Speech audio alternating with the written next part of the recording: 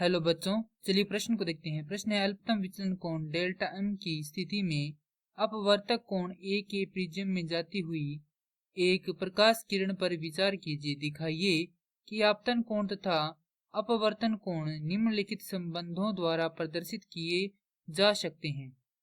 तो प्रश्न को आगे हल करें उससे पहले जो प्रश्न की मुख्य अवधारणा है वह हो जाएगी स्नेल का नियम का गणितीय रूप। अर्थात हम यहाँ पर यह देखेंगे कि स्नेल का नियम का जो गणितीय रूप है वह क्या होता है। तो स्नेल का नियम बराबर हो जाता है, स्नेल का नियम होता है कि अपवर्तनांक बराबर होता है साइन आई बटा साइन आर, जहां आई बराबर होता है अपवर्तनांक, माफ कीजिए आपतन कोण, आर बराबर होता है निर्गमन कोण, जिसे हम बोल सकते हैं अपवर्तित कोण, जहां म्यू बराबर है अपवर्तनांक। अब हमने यहाँ पर कोई प्रिज्म लिया है जिसका प्रिज्म कोण कितना है, ए है, और एक पी क्यू आपतित किरण है जो कि यहाँ पर बिंदु क्यू पर टकराकर यहाँ पर अपवर्तित होकर आर पर जाती है और फिर निर्गत किरण आर एस प्राप्त होती है।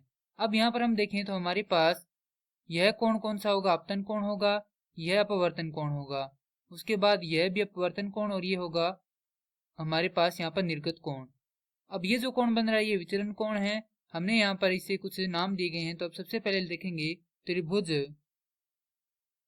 डी क्यू आर में। तो यहाँ पर मान लेते हैं कि ये कोण कौन सा है, आई एक है, ये कोण कौन सा मान लेते हैं, आई दो है। तो ये जो कोण है हमारे पास, ये जो इस त्रिभुज डी क्यू आर है इसका बहिष कोण है, तो यहाँ से इन दोनों कोणों के योग के बराबर होगा। तो ये कोण मान लेते हैं एक बार के लिए हम पी व क्यू। तो यहाँ पर हम लिख सकते हैं कि कोण P योग में कोण Q बराबर है किसके, डेल्टा के। और जैसा कि हम जानते हैं कि ये कोण और ये संपूर्ण कोण किसके बराबर है, दोनों आपस में बराबर है। क्यों बराबर है, क्योंकि दोनों शीर्षाभिमुख कोण है। तो यहाँ से लिख सकते हैं कि कोण P बराबर है कोण I एक घटाव R के, और कोण Q बराबर है I दो घटाव R दो के, माफ कीजिए R डैश के। तो यहां से मान रख देंगे तो हमारे पास आएगा डेल्टा बराबर P का मान है I एक घटाव R योग में I दो घटाव में R डैश। तो यहां से डेल्टा बराबर हो जाएगा I एक योग में I दो घटाव R एक योग में R डैश। यदि जो विचलन है वह क्या हो, अल्पतम स्थिति में हो, तो हमारे पास यहाँ से डेल्टा बराबर हो जाता है किसके, डेल्टा एम के। आई एक बराबर होगा किसके, आई दो के, और बराबर होगा किसके, हमारे पास यहाँ पर है आई के। उसके बाद आर बराबर होगा आर डैश, बराबर मान लेते हैं आर के, या यहाँ पर मान लेते हैं आर एक।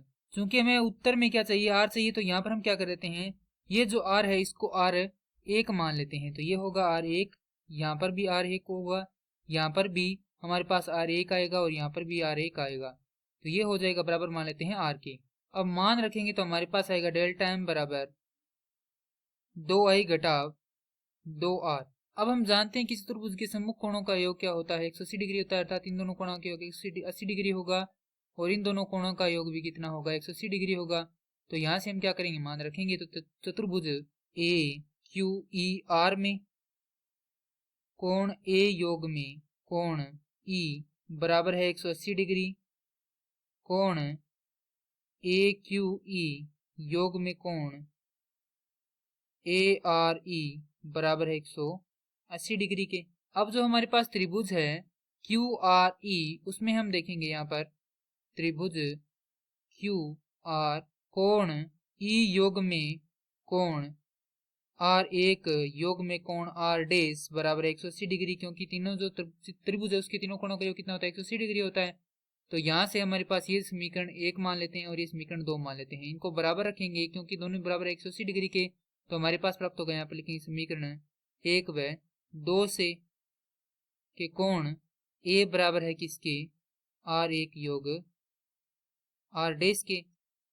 तो यहाँ से इसको ए मान लेते हैं। और चूंकि हमने यहाँ पर यह देखा है कि आर एक योग में आर डैश किसके बराबर है, आर के बराबर है, तो यहाँ से ए बराबर हो जाएगा आर योग में आर तो a बराबर आ जाएगा 2r और r बराबर हो जाएगा a बटा 2। तो हमारे पास ये जो दूसरा संबंध है वह तो प्राप्त हो चुका है। अब हमें पहला संबंध प्राप्त करना है। तो ये जो समीकरण इसे मान लेते हैं समीकरण a। तो समीकरण a से समीकरण a को है हमारे पास डेल्टा m बराबर 2i घटाव में 2r। तो डेल्टा m बराबर हो जाएगा 2i घटाव में 2r का मान है हमारे पास a बटा 2। तो 2 से 2 कट जाएगा, डेल्टा m बराबर हो जाएगा हमारे पास 2i घटाव में a। हमें i का मान निकालना है तो i बराबर यहाँ से हो जाएगा डेल्टा m योग में a बटा में 2। और यही क्या करना था, हमारा जो पहला संबंध है वह ज्ञात करना था।